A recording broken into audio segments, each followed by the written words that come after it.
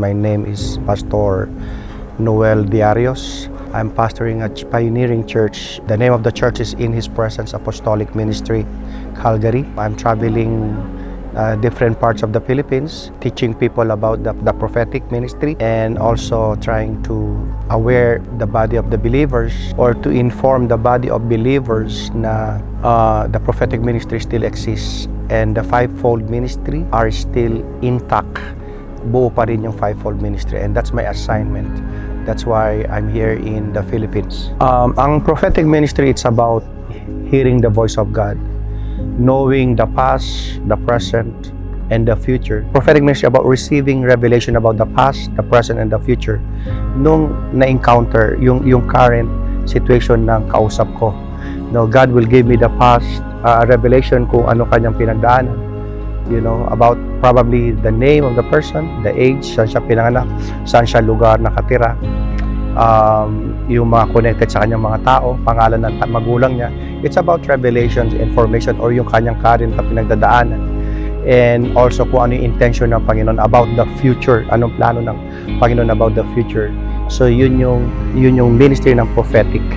You know, it's about accessing the past, the present, and the future, which is be able to hear the voice of God and to see in the Spirit. You know, i-share sa tao kung ano yung plano ng Panginoon about their future at to confirm kung nasaan direction sila ngayon, currently, presently, and to help them and guide them from the words of God. When I'm receiving something, a word, a revelation, so I step out in faith and then nangyayari. So doon siya nagsimula 5 years ago. 5 years ago at hindi ko in-expect na it's a gift at it's a ministry pala na binigay ng Panginoon na nasa akin. And I want to share it to people as much as I can for them to learn how to hear and recognize the voice of God and to see in the Spirit. That's where I started developing the gift. Dito sa Pilipinas, ang isa sa mga testimony ko yun dun sa church ni Pastor Pastor Jimwell Placeros. Bago ako mag-preach, nakaupo ako. Nakita ko yung isang brother dun sa stage. Ang sabi na pa noon, I need to pray for him, meron siyang sakit and God's gonna heal him. So dating ko dun sa stage, sabi ko sa kanya, nang makita ko siya doon sa likod, naalala ko, sabi ko, Brad, are you aware na may sakit ka? And then ang sabi niya, yes, Pastor, I have 9 broken bones. And nagkaroon daw siya ng accident, nagkaroon siya ng problema sa kanyang bones. Hindi siya makabuhat ng maliit na bag or anything na kahit magaang lang na magkukos ng mag-exert siya ng effort. So, hindi niya kaya, hindi siya allowed, hindi rin siya nakapagtrabaho na dahil nga dun sa 9 broken bones. Fresh pa rin yun, pangyayari na yun. And then, ang sabi ko sa nila, I believe the way naalala ko to, ang sabi ko, God wants to heal you. And I just said, give me 7 push-ups. 7 push-ups. So, nagtaka rin yung mga tao, ba't ko sinabi kasi may broken bones nga siya. And then, all of a sudden, nag-push up siya ng 7. The good thing is, he obeyed. Although it's impossible. Kasi kung nireject niya yon, hindi niya ma-experience yung miracle. So, nag-push up siya under Pastor Jimwell Placeros. Nag-push up siya ng 7. And then, pagtapos ng 7, nakatumayo siya, nakangiti. Ang sabi niya, Pastor, yung nagugulat siya, paano nagawa yun? Tsaka nawala na yung sakit. At sabi niya, kaya niya pang ipagpatuloy. And he was smiling. And in fact, ang sabi niya ngayon, hanggang ngayon, hindi na bumalik. Meron doon na since birth, lagi siya nagsisisure. Walang linggo na hindi siya magsisisure at least 3 to 4 times.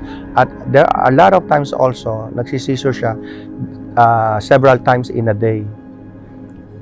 Lumaki yung ulo niya. Ang sakit niya ay hydrocephalus. Meron siyang ganong sakit, hydrocephalus, at nagsisisor siya. But I prayed for her 4 months ago when I first attended the church of Pastor Jimwell Placeros. And yung nag-aalaga sa kanya kamag-anak niya umiiyak. Pastor, can you pray for her? Kasi walang panahon di siya nagsisisure. Wala pa nagsisure siya even in one day ilang beses. So walang linggo na hindi siya nagsisisure. And then pinag-pray ko siya that time, and after that until now hindi pa siya sa testimony nila na sinishare sa church, hindi na siya nagkaroon ng seizure.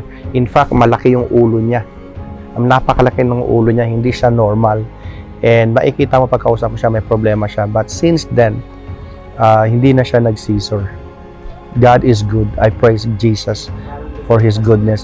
And based sa testimonies ng kasama ko ngayon, na nag-interview sa akin kasama sa church, actually yung ulo niya raw ay shrunk or lumiit. Lumiit yung ulo niya kasi nalaki yung ulo nun eh. Nung pinag-pray ko mga kapatid, sa grasya ng Panginoon, yung ulo niya ay lumiit kumpara dati, and hindi na siya nag-seizure. Prophetic ministry is so deep. We're not just talking about telling the past, the present, and the future. I'm also sharing about encountering angels, seeing angels,